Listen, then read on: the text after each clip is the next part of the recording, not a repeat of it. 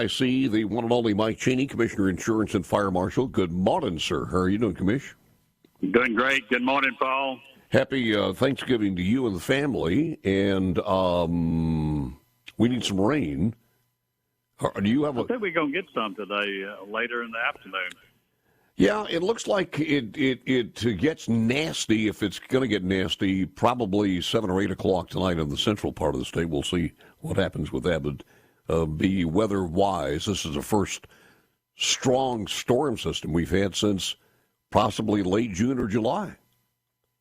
So it's the first one we've had since mid-June. You're correct. And, we're already putting people on notice to be ready in case we have tornadoes in the central or southern part of the state. Yeah. Speaking of which, it kind of plays into the first question. What's the status of the burn ban right now? The burn ban's been lifted in several counties by the governor. That's an executive order by the governor himself, and it has not been lifted up in the northern part of the state, but I think it's going to be after today. Yeah. Which means that if it continues like this, it looks like the fireworks will be okay.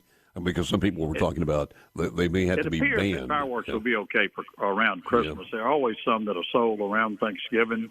Yeah. But the people that sell fireworks will usually hold off if there's been a burn ban unless there's a lot of wet weather in the area. And I think the predictions that I have seen from NOAA and from the Jackson office of NOAA, that's the National Oceanographic Administration, who puts out all the weather reports. And basically, we're looking at maybe upwards of 5 or 6 inches of rain throughout the two-thirds northern part of the state. So we ought to be okay. Yeah. I was reading a stat that said the number one cause of fire, and this is an old stat, so I'm not sure if it's true any longer, during Thanksgiving is people deciding to fry their turkeys, and have no idea what the hell they're doing. That's correct, Paul. And we've got some little short videos that I'm going to be airing this week that we put on YouTube and through a couple of the television stations that show you how to put a turkey into a big pot if you're going to fry him, fill the pot up with water to just barely cover the turkey and mark it with a piece of tape, and then take the turkey out, make sure you dry him off, and when you pour the water out and when you get ready to put oil into the pot, you put it up to that tape, and that way when you put the turkey back in, the oil's hot, it will not spill over. If you put a wet turkey in hot oil, it's going to boil over, and you're going to have a fire. Yeah. And you better have a good grip, because if you lose control of a 15 to 20-pound turkey and it goes in there with a splash, it's not something you want. You definitely don't want that, and you always have a fire extinguisher around if you're cooking a turkey. Never cook one under a carport. Take it outside on the driveway or somewhere else. I mean, as stupid as it is, how many times over the years have we seen people who took their barbecue on the inside or their grill on the inside because it was raining? That's just about as stupid. And it's like you wouldn't believe what people do. And I know how it works. You say, well, that doesn't affect me really. I just do it anyway. And that's when you burn your house in. Firemen, they want to get the fire out, but the first thing they want to say after they hopefully are successful is, what the hell were you thinking? What were you thinking? But it happens all the time, and not only in Mississippi, but elsewhere. People think this is a good idea, and it turns out a tragedy a lot of times. Christmas trees, another thing. If you're putting up your Christmas tree, you got to be careful because we've got more lights, bells, and whistles than ever before. With LEDs, a little bit different than it used to be, but they could certainly be. And if you have them too close to a fireplace. Yeah, and the problem with Christmas trees, people forget to put water in the Christmas tree stand, and the tree dries out. It doesn't take much to ignite a lot of dry Christmas trees. If it dry out in your house, you're in danger of having a fire. Even if you do have LEDs around them, you just never know what will happen. And it just doesn't take much to set off. If the needles are real dry on a pine tree, they will burst into flames, and you cannot put them out. Yeah, no. Let me talk politics for a little bit. What was your, looking back over the campaign as far as the statewide campaign, certainly for governor, but your thoughts on this one as we talk a little politics? Well, in Mississippi, if you make it to the general election and you're Republican, you're almost guaranteed to win. I don't know how long that will last. I think our demographics are going to change over the next 4 to 8 years, but usually you get anywhere from 58 to 61% of the vote. Some people get a little more than 61, but if you look at the votes, they were all fairly close within a narrow band. I think there was 14,000 votes difference, plus or minus, between the highest vote getter, which happened to be Lieutenant Governor Holzman.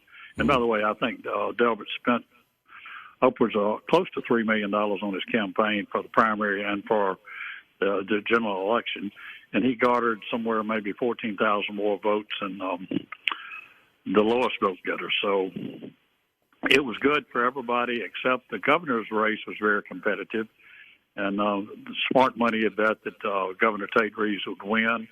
I predicted that he would win, and he did. It was a tight race, but you got to remember the Democrats put a lot of money into the race. And what I hate about general election fall is I hate the negative stuff that goes on. We need to be talking about the positive things that we've done in this great state. We've got a wonderful state to live in. We've done a lot of positive things.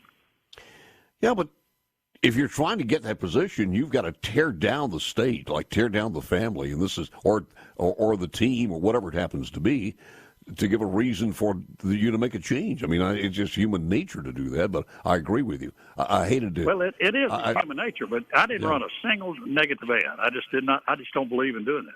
Yeah, I'm interested. You said you think that the demographic is going to change in the next, would you say, 4 to 8 years? What do you think the causation of that's going to be? Well, I think you've got immigration, and somebody's got to address that issue. I know that former President Trump's got a plan if he's the GOP nominee for president. Mm-hmm. He's got a plan on what he wants to do. The Democrats have got to address the issue on the border. You just cannot continue to have an open border where people come and go as they please. And you got to have a pathway for the 30 million plus illegals that are in the country now. So we got some major problems on the immigration side, and you never know who's come through the border illegally and maybe tourists. I see things today I never dreamed would have happened 4 years ago. And I'm talking about the Palestinian riots, basically, or protests that you're seeing in Washington and New York State against a country who's been an ally of ours for a long time. It's just mind-boggling to me, and I've been around a long time.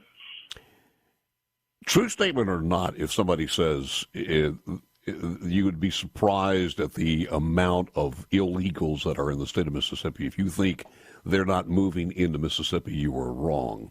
You think that's a true statement? I think that's a very true statement. One of the things that we see, and I don't belittle anybody for moving into our state, but if you're illegal and you see them putting a roof on, you want to be certain that they're not stealing anything, and most of them aren't. They've got a fairly decent work ethic, except for the illegals that are here that are really drug smugglers and so forth. We don't have a lot of those in Mississippi, but we're not in the top 10 states for Hispanics or Latinos moving into our country. I think you will see a move by both parties to try to capture some of that vote within the next 4 to 8 years. That they're going to change the face of America a good bit before it's over, and that's a reality. That's not something that I'm making up. Anybody else is making up.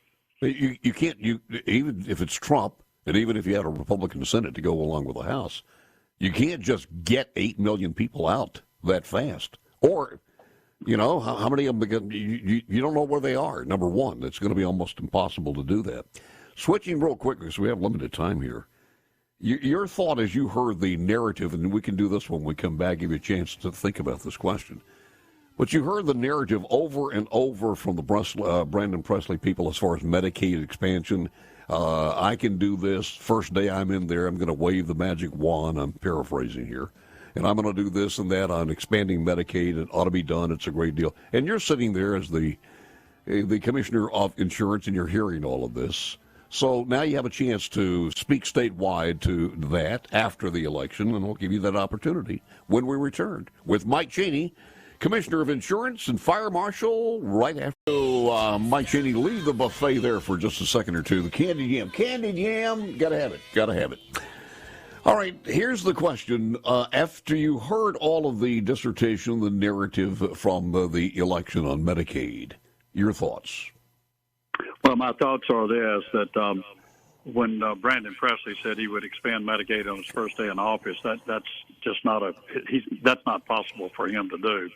But let's go back to Medicaid expansion period. Initially, when CMS, and that's part of HHS out of Washington, D.C., said that if you expand Medicaid, we'll cover 95% of your cost on anybody you add to the Medicaid rolls. That would have been a good plan for the state at the time. But it is what it is, and we didn't expand Medicaid. And today, we have a different match. It's a sliding scale that goes down. We're at 90%, but we're also have to put money up. So it becomes a point of no return if you don't increase what the health care providers are getting in return. So Governor Reeves and I guess Drew Snyder helped him on this, who runs Medicaid, came up with a plan that they would do about a $200 million tax on hospitals. That's called a bed tax. Mm-hmm. And when that $200 million, they would use that as a match to draw down somewhere between $600 and $700 million to apply to the hospitals. In other words, to increase their reimbursement rates that they get for treating Medicaid patients. It wouldn't add necessarily any people to the rolls, and it takes some money to operate. So the match today, these are round numbers. They're not exact. Is about, we put 20 cents up, and the federal government will put 80 cents up.